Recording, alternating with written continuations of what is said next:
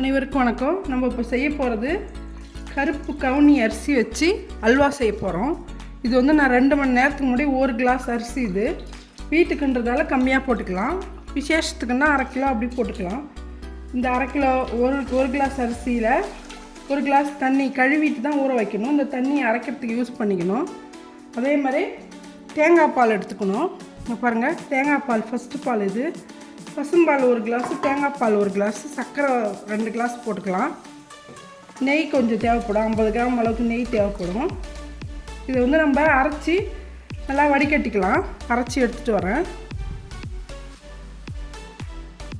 இது மாதிரி மிக்ஸி ஜாரில் எடுத்து வச்சுன்னு நம்ம எந்த அளவுக்கு அரிசி இருக்கோ அந்த அளவுக்கு தண்ணி வச்சு நம்ம அரைச்சி எடுத்துகிட்டு வந்துடலாம். அரைச்சிட்டு நம்ம இது மாதிரி வடிகட்டிக்கலாம். கிரைண்டரில் வேணாலும் அரைச்சிக்கலாம், மிக்சியில் நான் அரைச்சேன்.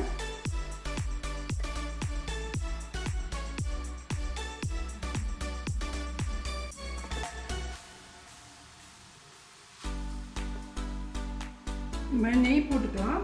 கொஞ்சமாக முந்திரி பருப்பு வறுத்து எடுத்துக்கிட்டு அதிலே நம்ம இந்த அரைச்ச நம்ம அரிசியோட மாவு, கொஞ்சம் பால், கொஞ்சம் தேங்காய் பால் போட்டுக்கலாம். ஒரு கிளாஸ் பால், அரிசி 1 கிளாஸ்ன்றதால தேங்காய் பால் 1 கிளாஸு,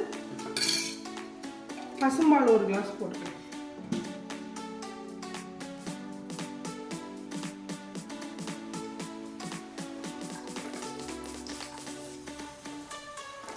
முந்திரி பருப்பு நம்ம லைட்டாக வறுத்து எடுத்துக்கிட்டு இதிலே ஊற்றிக்கலாம் நம்ம அரிசி மாவை.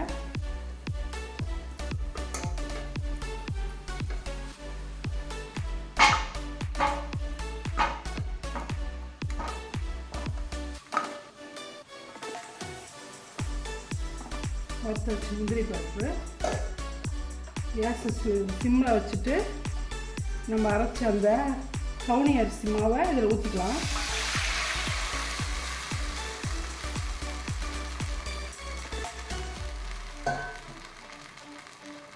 ஊற்றிட்டு லைட்டாக கிண்டிக்கலாம்.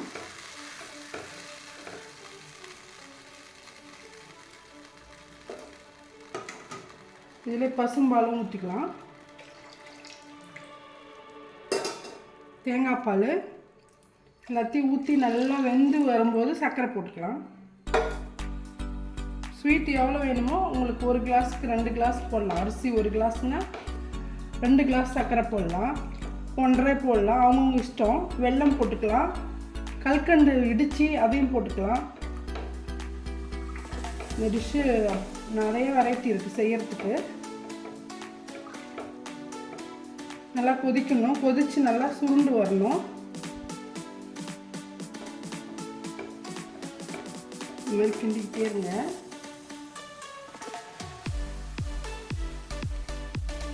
நான்ஸ்டிக்கில் போடுறதால அடி பிடிக்காமல் கிண்டலாம்.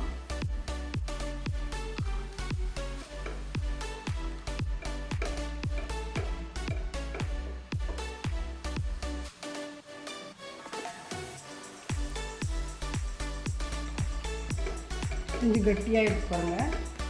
இது நல்லா வெந்து போயிட்டு நல்லா திக்காயிடும், அல்வா பதத்துக்கு வரும். கிண்டிகிட்டே இருங்க. இது மாதிரி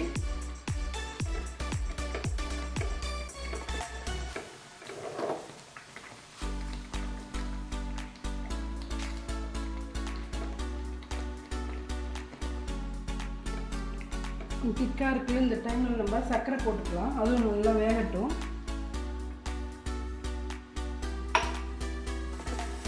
1 கிளாஸ்க்கு 1 கிளாஸ் சர்க்கரை தான் போட்டிருக்கேன்.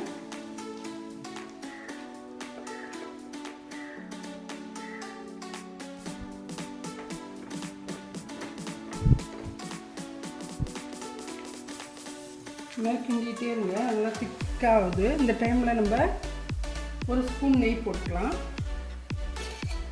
கிண்டிட்டு போட்டுக்கிட்டே இருக்கணும்.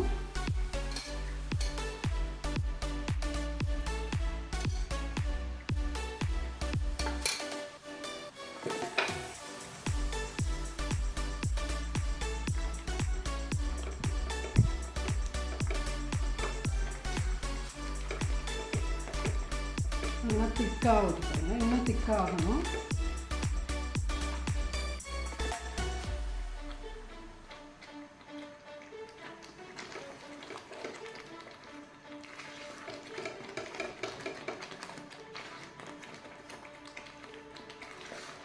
நல்லா தெளிஞ்சு இதில் இருக்கிற தேங்காய் பால் போட்டதில் அந்த தேங்காயில் இருக்கிற ஆயில் வரும், நம்ம போட்ட நெய்யும் பிரிஞ்சு வரும்.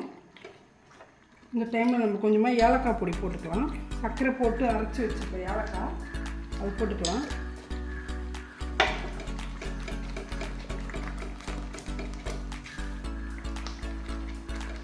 நெய் விடாமல் கிண்டிகிட்டே இருக்கணும். நல்லா திக்காயிட்டு நல்லா ஆயில் பிரிஞ்சு வருது. இன்னும் நல்லா திக்காகணும்.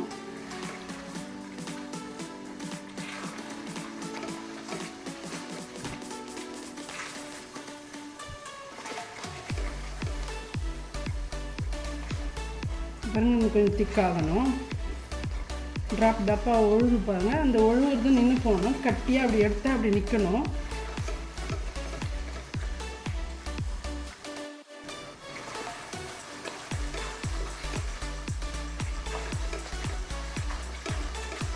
இன்னும் அல்வா பழத்துக்கு வரல, கிண்டிக்கிட்டே இருக்கணும்.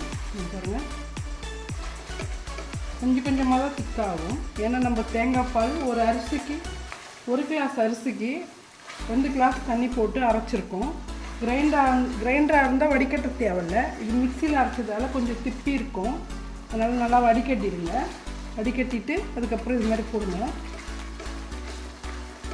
நம்ம ஊற வச்சு தண்ணி வச்சு தான் அரைக்கணும். இது ஊற வைக்கிறதுக்கு முன்னாடி நல்லா கழுவிட்டு ஊற வச்சுருங்க.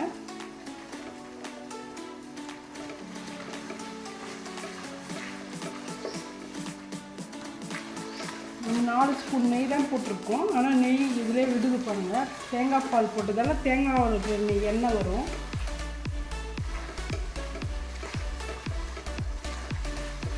இன்னும் கொஞ்சம் திக்கானா போதும்.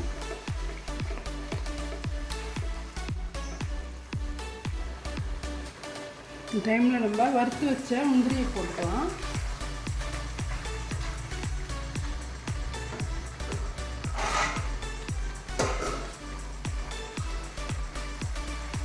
போட்டுட்டு அதையும் நல்லா இப்படி கலந்துக்கலாம்.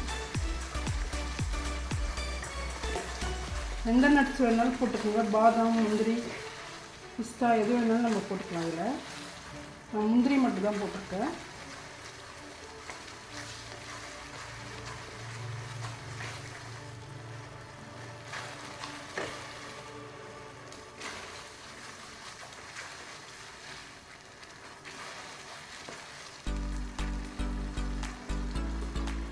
நல்லா ஆயில் பிரிஞ்சு வருது. நெய் போட்டதுலாம் அது பிரிஞ்சு வருது பாருங்கள். கருப்பு கவுனி அரிசி அல்வா ரெடி ஆகிடுச்சு. இந்த வீடியோ பிடிச்சிருந்தா லைக் பண்ணுங்கள், ஷேர் பண்ணுங்கள், கமெண்ட் பண்ணுங்கள், சப்ஸ்கிரைப் பண்ண மறக்காதீங்க. நன்றி.